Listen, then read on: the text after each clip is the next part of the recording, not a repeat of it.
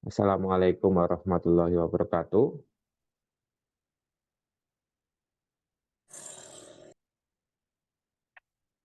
Jadi pada malam hari ini, pada kesempatan pertemuan minggu ke-11 ya di kelas ini ya, saya ingin memberikan materi terakhir ya. Sebenarnya minggu ini itu fleksibel, apakah ada materi atau fokus ke pengerjaan PBL, akan tetapi seperti yang saya sampaikan minggu kemarin bahwasanya sepertinya saya perlu masuk ya, sepertinya saya perlu masuk untuk menjelaskan tentang materi parafrase, ringkasan, dan kesimpulan.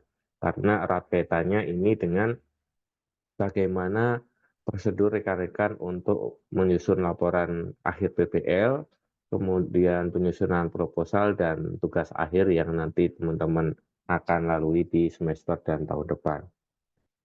Langsung saja saya izin share screen rekan-rekan. Kelihatan ya materi saya ya.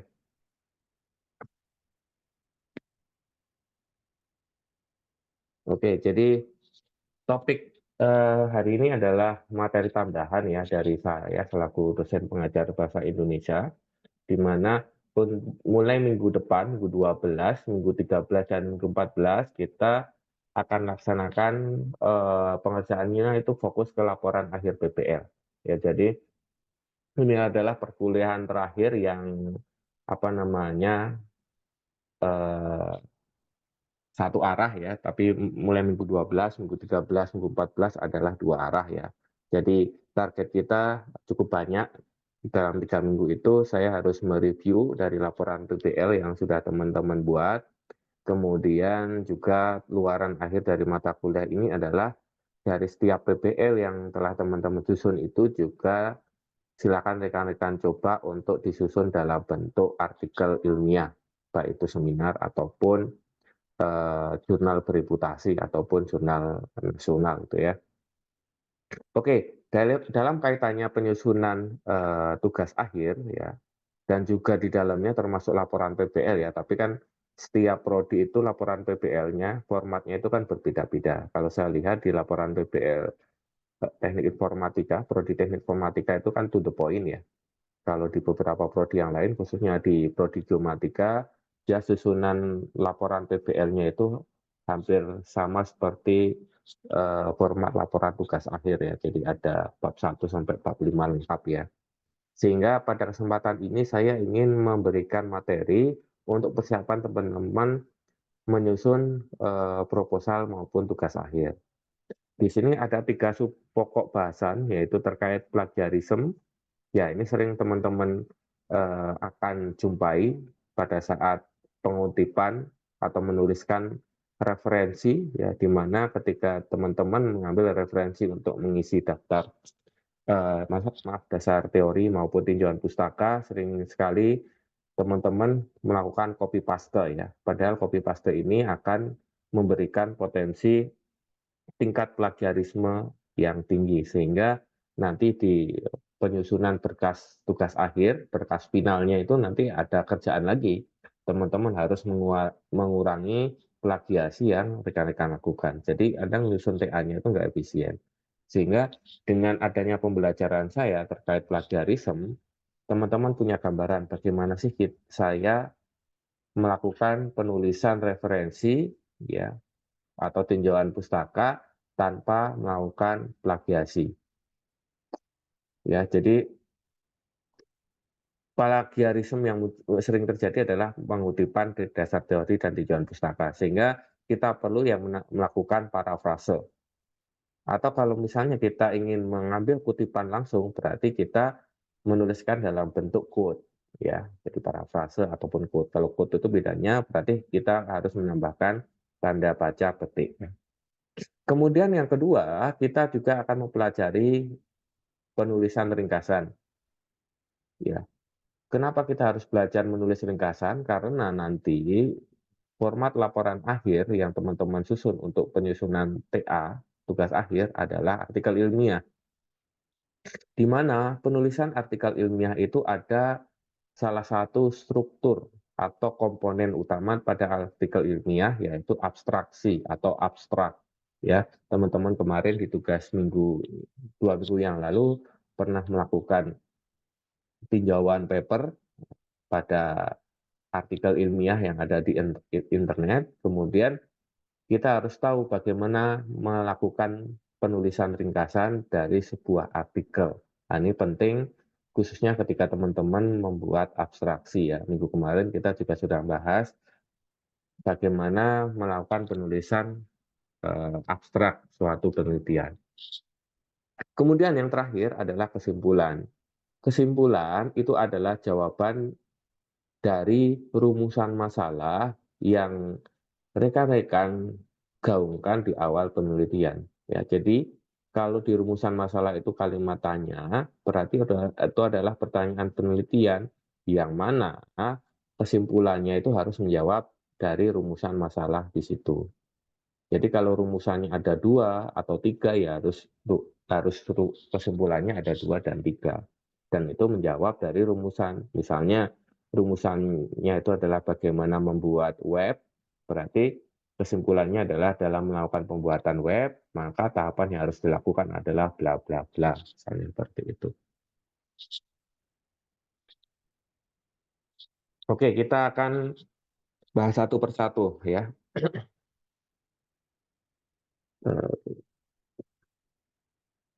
Yang pertama adalah parafrase. Ya, mungkin teman-teman ada yang sebagian baru mendengar istilah parafrase. Ya, parafrase merupakan salah satu cara meminjam gagasan atau ide dari sebuah sumber tanpa menjadi plagiat. Parafrase merupakan cara mengekspresikan apa yang telah ditulis dan dikatakan oleh orang lain dengan menggunakan kata-kata yang berbeda agar membuatnya lebih mudah untuk dimengerti. Ini berdasarkan Kamus Oxford Advanced Learners Dictionary. Parafrase merupakan kutipan yang menggunakan kata-kata sendiri untuk mengungkapkan ide yang sama selain membuat gagasan tersebut lebih mudah untuk dimengerti. Parafrase dapat juga digunakan untuk menjaga koherensi dan keutuhan alur tulisan. Jadi parafrase itu tidak hanya digunakan untuk mengambil referensi yang Anda siapkan pada sumber lain, kemudian disambungkan ke penelitian Anda, tapi supaya untuk menjaga koherensi atau keutuhan tulisan, jadi nyambung antar paragrafnya. Menurut Paul Purdue, parafrase didefinisikan sebagai berikut. Yang pertama adalah kemampuan seseorang untuk menulis ulang ide atau gagasan orang lain dengan kata-katanya sendiri dan ditampilkan dalam bentuk yang baru. Yang kedua adalah cara yang legal dan syah dalam meminjam gagasan orang lain. Dan yang terakhir adalah sebuah pernyataan ulang atau restatement yang lebih lengkap dan detail dibandingkan dengan sebuah ringkasan. Jadi parafrase itu bukan copy paste untuk mengisi daftar pustaka atau tinjauan pustaka rekan-rekan. Jadi ingat bahwa ketika teman-teman menyusun daftar pustaka atau tinjauan pustaka, itu teman-teman tidak diperkenankan mengcopy paste satu paragraf ke dokumen penyusunan laporan tugas akhir rekan-rekan, itu namanya plagiat. Ya. Parafrase merupakan sebuah keahlian yang sangat berharga karena parafrase lebih baik dibandingkan dengan mengutip informasi dari sebuah paragraf atau tulisan yang kurang menonjol. Parafrase membantu penulis untuk mengontrol cobaan melakukan kutipan yang terlalu sering. Ya. Jadi ada teknik yang perlu dilakukan untuk melakukan parafrase ketika teman-teman melakukan kutipan, supaya teman-teman meminimalisir menuliskan referensi yang terlalu copy paste itu ya. Proses mental yang dibutuhkan bagi keberhasilan sebuah parafrase membantu penulis untuk memahami sepenuhnya makna teks sumber yang akan disadur. Langkah efektif dalam melakukan parafrase menurut Paul Purdue adalah yang pertama, bacalah kembali teks sumber sampai kalian memahami benar isi teks tersebut. Jadi, kenapa disebut tinjauan pustaka? Karena teman-teman tuh harus meninjau pustaka yang Anda gunakan sebagai dasar penelitian Anda. Kemudian singkirkan teks atau naskah asli tersebut dan tuliskan ulang gagasan dalam teks tadi dalam sebuah kertas. Jadi teman-teman baca dulu misalnya satu paragraf, misalnya pengertian web ya, pengertian web, kemudian Anda baca, Anda pahami, kemudian Anda jauhkan referensi tersebut dari hadapan Anda, kemudian Anda tuliskan atau ketikkan ke media yang lain tanpa perlu melihat kutipan aslinya. Buatlah daftar beberapa kata di bawah parafrase kalian untuk mengingatkan kalian kembali pada cara kalian memahami naskah asli tersebut.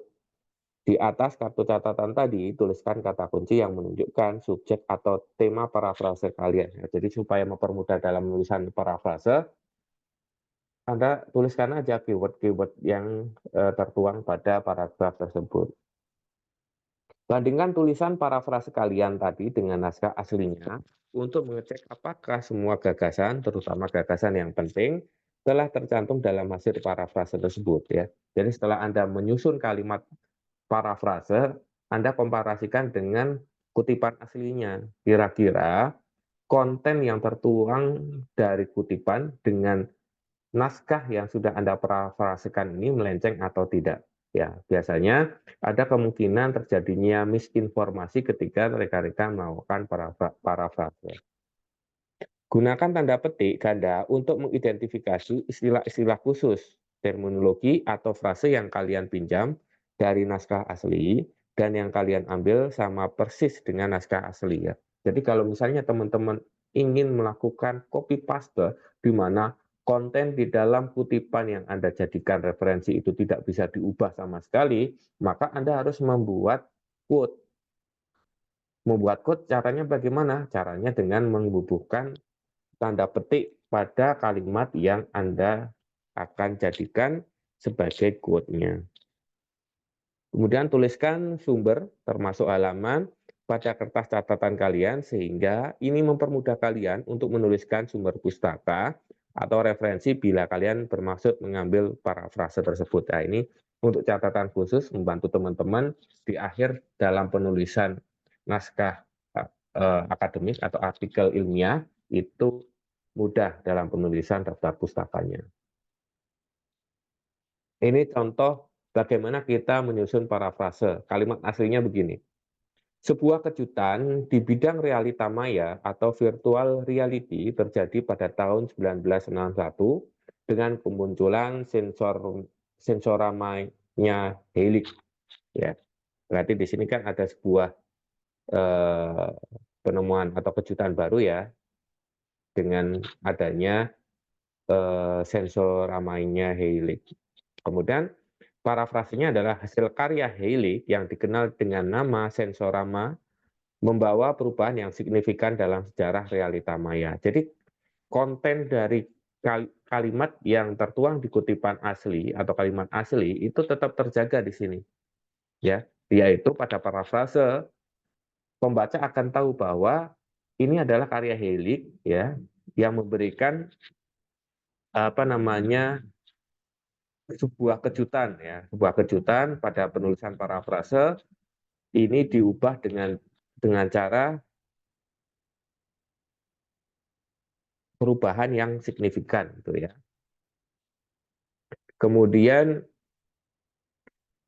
tahunnya itu juga dihilangkan ya karena dilakukan parafrase. Ingat parafrase itu adalah menulis ulang kalimat asli yang Anda kutip dengan menggunakan bahasa dan pemahaman Anda. Tidak diperkenankan Anda melakukan parafrase itu mengubah dari kalimat aktif atau pasif atau sebaliknya. Ya, misalnya sebuah kejutan di bidang realita maya atau virtual reality terjadi pada tahun 1961 dengan kemunculan sensorama Helix. Ya. Misalnya Anda ingin diubah menjadi kalimat pasif. Kemunculan sensorama Helix pada tahun 1961 memberikan kejutan di bidang realita maya atau virtual reality. Nah, ini bisa disebut sebagai copy paste. Jadi merubah kalimat dari aktif ke pasif atau sebaliknya itu adalah sebuah copy paste atau plagiasi. ya. Jadi ingat bahwa untuk parafrase itu tidak mengubah struktur kalimat, tapi melakukan atau menulis ulang ide yang Anda baca dari sebuah skrip atau kalimat, kemudian Anda tuangkan lagi menjadi sebuah tulisan. Itu yang disebut dengan parafrase. Sehingga dalam penelitian itu sebenarnya yang paling susah itu menyusun bab 1 sampai bab 3 ya. Jadi proposalnya itu lebih susah daripada teman-teman menulis bab 4 dan bab 5. Nah, ini contoh yang lain lagi. Komputer mampu membawa orang ke tempat-tempat yang belum pernah bisa mereka kunjungi sebelumnya, termasuk ke permukaan planet lain. Kemudian Anda baca dulu, Anda tuliskan lagi, melalui komputer orang dapat pergi ke tempat yang belum pernah mereka kenal. Ya, jadi intinya sama bahwa komputer itu memberikan hal yang lain, sesuatu yang tidak dapat diperoleh sebelum adanya kemunculan komputer ya. Sehingga di sini untuk mengubah kalimat memindahkan ke permukaan planet lain, ini bisa dipindah ke suatu tempat yang belum pernah mereka kenal.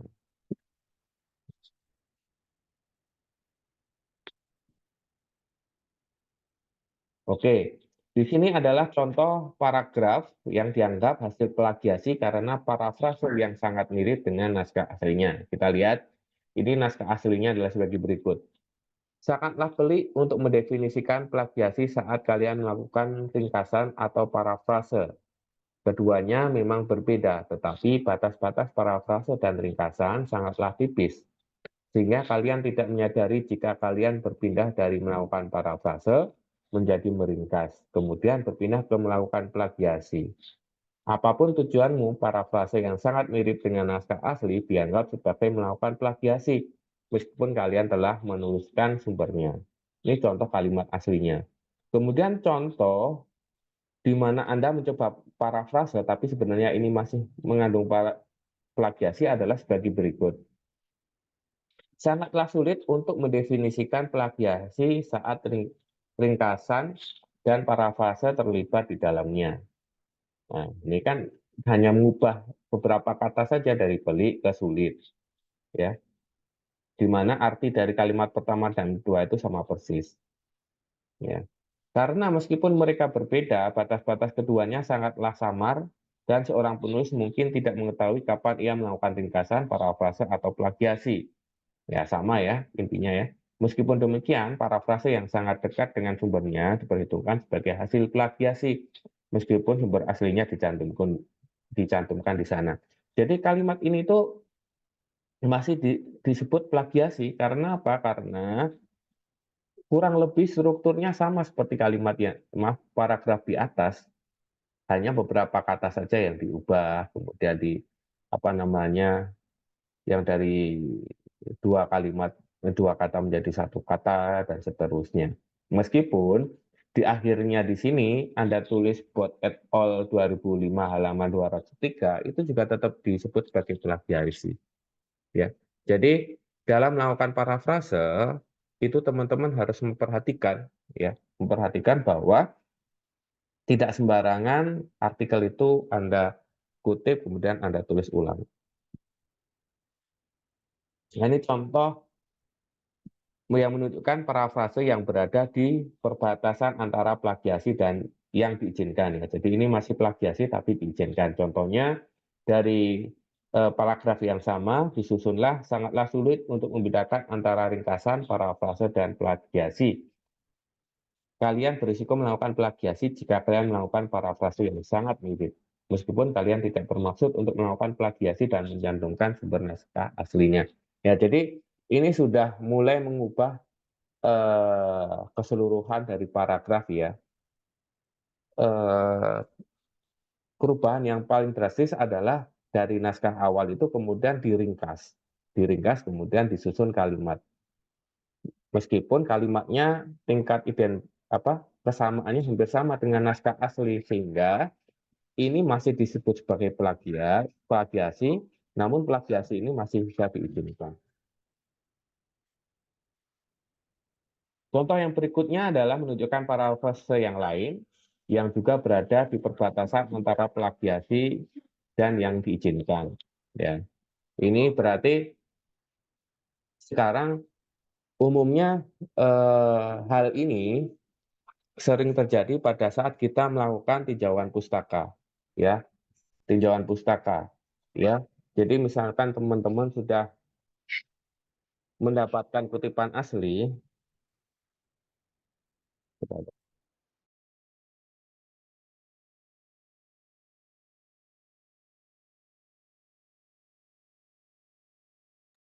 oke, misalnya Anda sudah mendapatkan kutipan kutipan asli, kemudian Anda ingin menuliskan menjadi sebuah tinjauan pustaka, ya, yang tadinya kan ini sumbernya di akhir kalimat. Nah, kemudian Anda bikin di awal kalimat, sehingga di sini menurut Bot, Colom, dan Williams, ya, penulis terkadang melakukan plagiasi tanpa mereka sadari. Ya, jadi ini hanya dibalik saja, ya, yang tadinya referensinya itu citasinya di akhir, ini kemudian dituliskan di depan. Ini umumnya pada saat Anda melakukan parafrase dalam penulisan tinjauan pustaka, ya.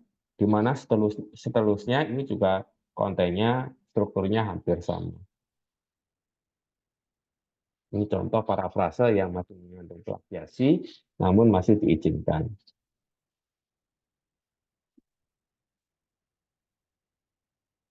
Ya.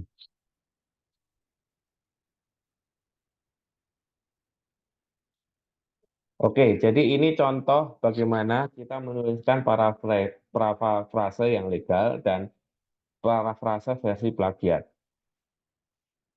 Contohnya adalah di sini, mahasiswa sering berlebihan dalam menggunakan kutipan langsung saat membuat catatan.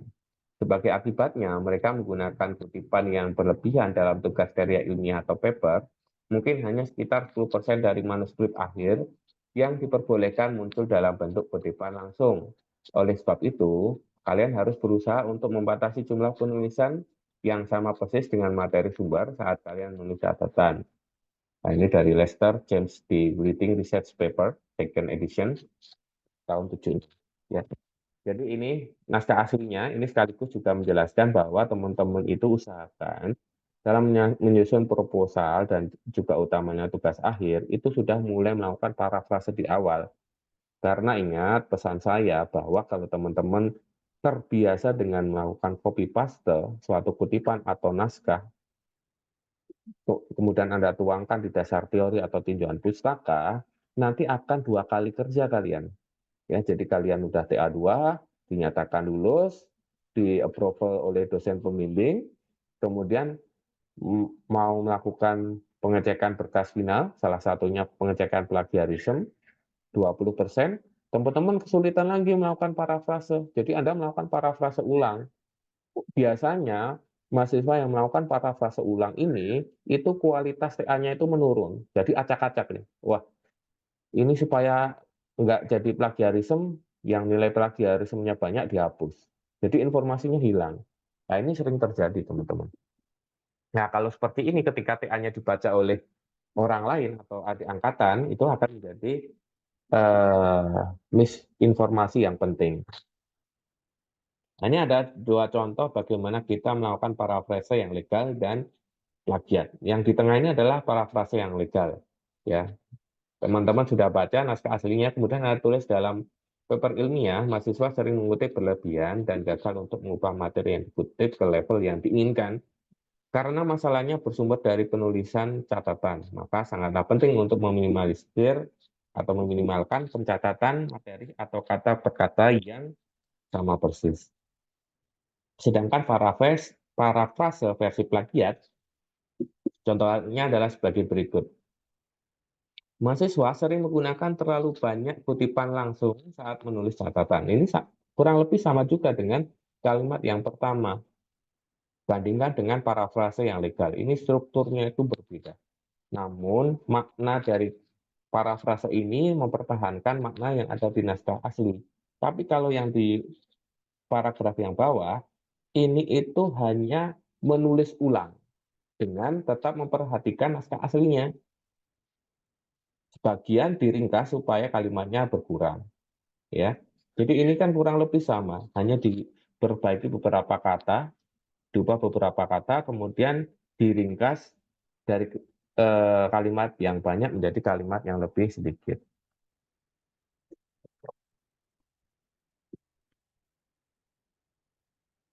Nah, jadi ini menjadi penting bagi teman-teman bahwa ketika nanti teman-teman menyusun proposal, khususnya teman-teman harus mulai mencoba menulis parafrase ya.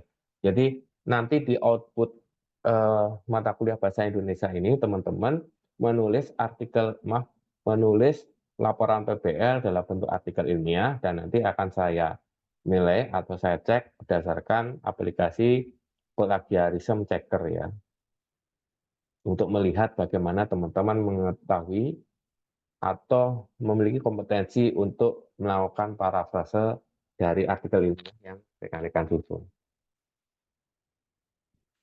Berikutnya kita akan membahas ringkasan.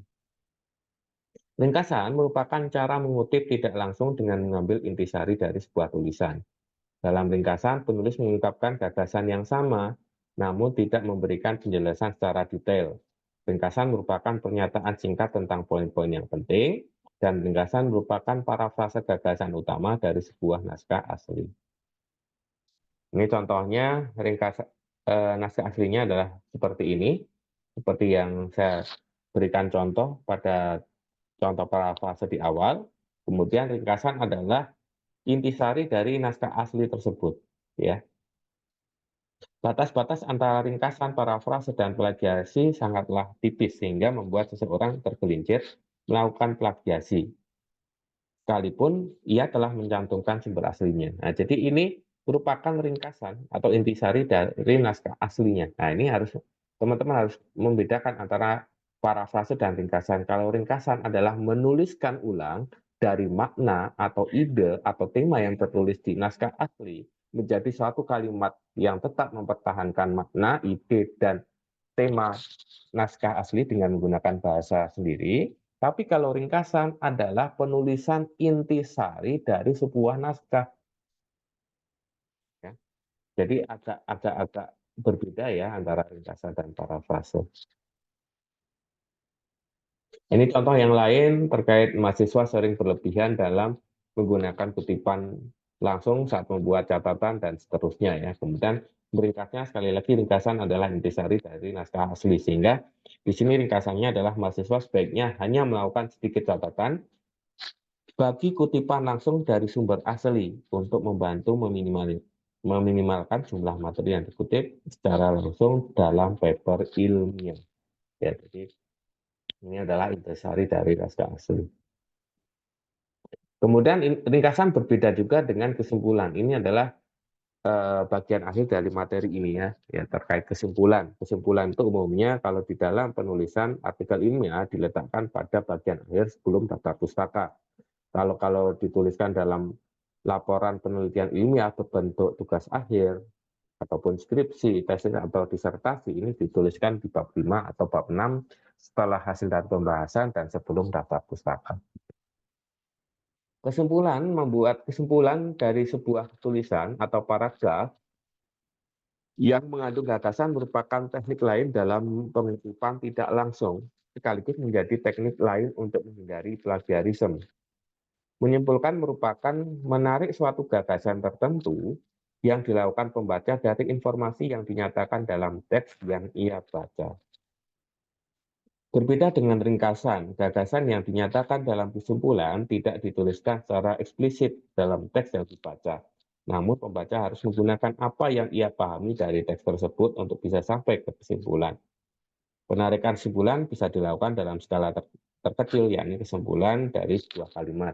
Ya, kalau di dalam laporan tugas akhir, kesimpulan umumnya ditarik atau disimpulkan dari hasil dan pembahasan yang ada di bab hasil pembahasan pada format artikel ilmiah atau hasil dan pembahasan di bab 4 tugas akhir ataupun skripsi, tesis, dan disertasi.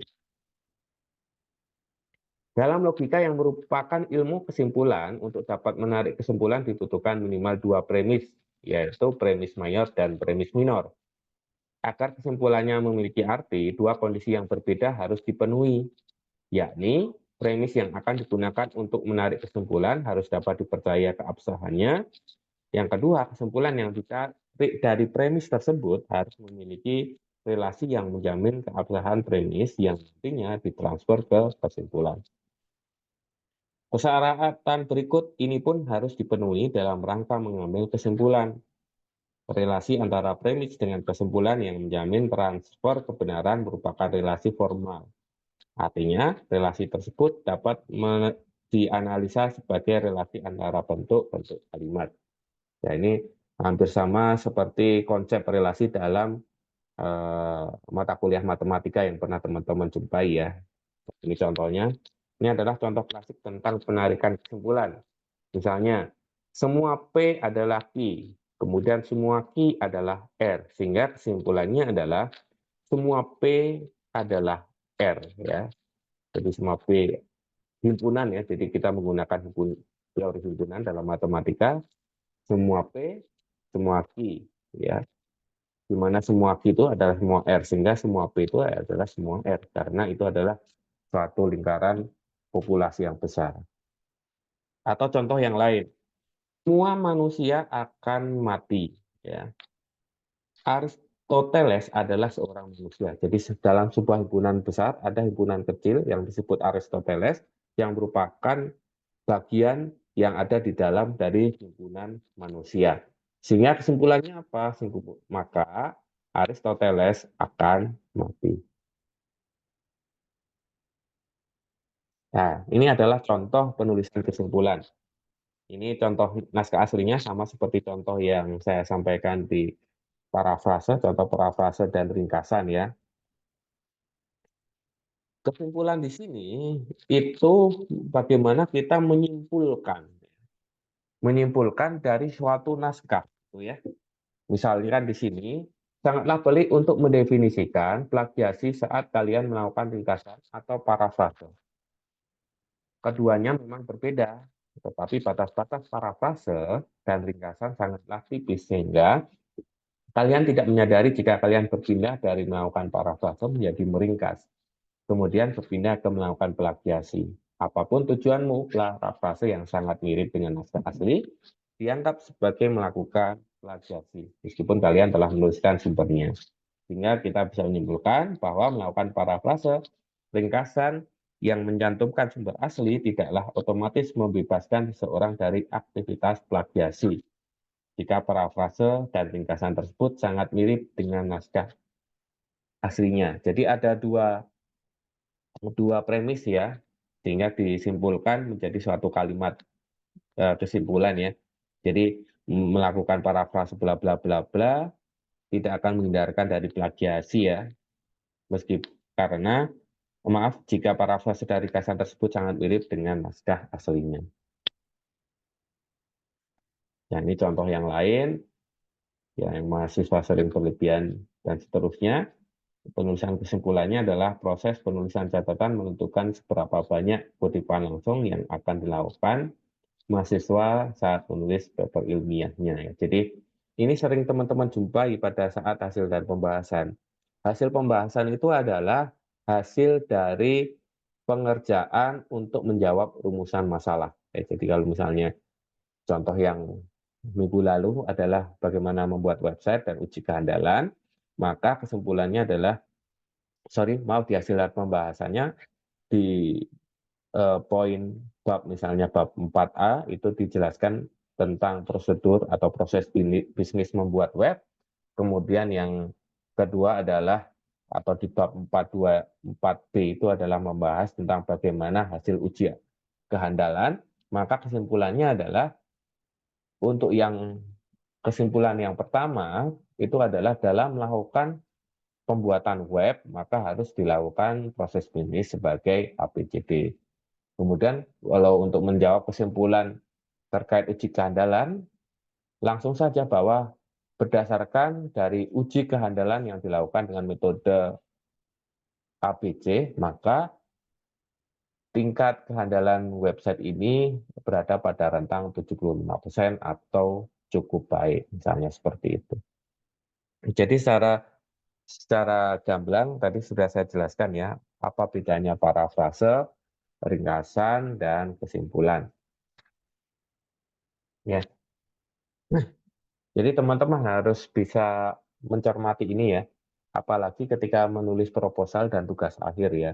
Parafrase ini umumnya muncul di bab 1 dan bab 2, penulisan latar belakang, kemudian dasar teori, dan peninjauan pustaka. Kalau untuk penulisan ringkasan itu umumnya dijumpai pada saat penulisan abstrak, pada saat menulis artikel ilmiah atau karya tulis ilmiah. Kemudian untuk kesimpulan itu umumnya digunakan untuk menulis bagian kesimpulan, baik itu di artikel ilmiah ataupun karya tulis ilmiah. Ini contoh paragraf yang menerapkan parafrase dan kesimpulan. Sebagian besar penelitian dan aplikasi sistem dialog cenderung menggunakan inisiatif tunggal. Sumber Yang dan Hyman tahun 2007. Penelitian-penelitian yang menggunakan inisiatif ganda berusaha keras untuk memecahkan persoalan pengelolaan inisiatif. Ini Joe Carroll dan Brown 97, Ramah Krishnan 2002, Yang dan Hyman tahun 2007. Sebagian dari penelitian ini melakukan eksperimen dengan pembuatan sistem secara nyata, namun ada juga yang didasarkan pada simulasi. Ya, berarti pada artikel ini itu sudah dijelaskan, penulis ini sudah membuat kesimpulan dari parafrase yang sudah dituliskan. Dia sudah membaca referensinya dari Joe Carroll dan Brown, Ramakrishnan, dan Yang dan Hyman 2007, bahwa ternyata dari hasil penelitian tersebut yang melakukan pembuatan sistem secara nyata, itu ada juga yang didasarkan pada simulasi. Jadi ada dari beberapa tinjauan pustaka itu, kemudian mereka penulis ini melakukan penyimpulan. Kemudian diteruskan lagi. Penelitian terdahulu yang dilakukan penulis atau Krisnawati 2007 berusaha mengimplementasikan sistem dialog dengan dialog untuk inisiatif ganda, namun masukan dan luaran masih berbentuk teks. Dengan demikian, pengguna dan sistem berkomunikasi dalam sebuah konsul di mana pengguna mengetikkan masukan dengan bahasa alami melalui papan ketik dan sistem menampilkan luaran dalam bentuk teks juga. Nah, ini contoh bagaimana teman-teman menulis tinjauan pustaka. Jadi penulis ini itu menulis beberapa referensi ya. Jadi ini referensi yang digunakan, yang dilakukan parafrase, ya, kemudian melakukan tinjauan pustaka, ini menulis kesimpulan dari 3 peneliti terdahulu, ya, kemudian ini menuliskan hasil kesimpulannya. Kemudian penelitian ini kemudian mengambil keputusan bahwa penelitian yang dilakukan, yang akan dilakukan penulis ini, itu menggunakan metode yang sama dengan penelitian yang dilakukan Krisnawati tahun 2007, ya, yang berusaha bla bla bla seperti itu. Ya, jadi penulisan parafrase dan kesimpulan itu bisa dituliskan dalam sebuah paragraf. Nah, ini sering dijumpai pada saat teman-teman melakukan penulisan tinjauan pustaka. Umumnya terjadi pada penulisan di bab kedua, pada tahapan penulisan proposal tugas akhir.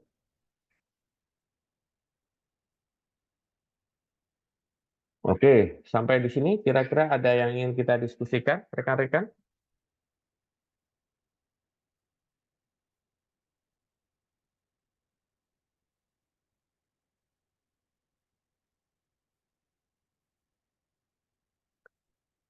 Oke, kalau tidak ada, minggu depan kita sudah masuk minggu ke-12.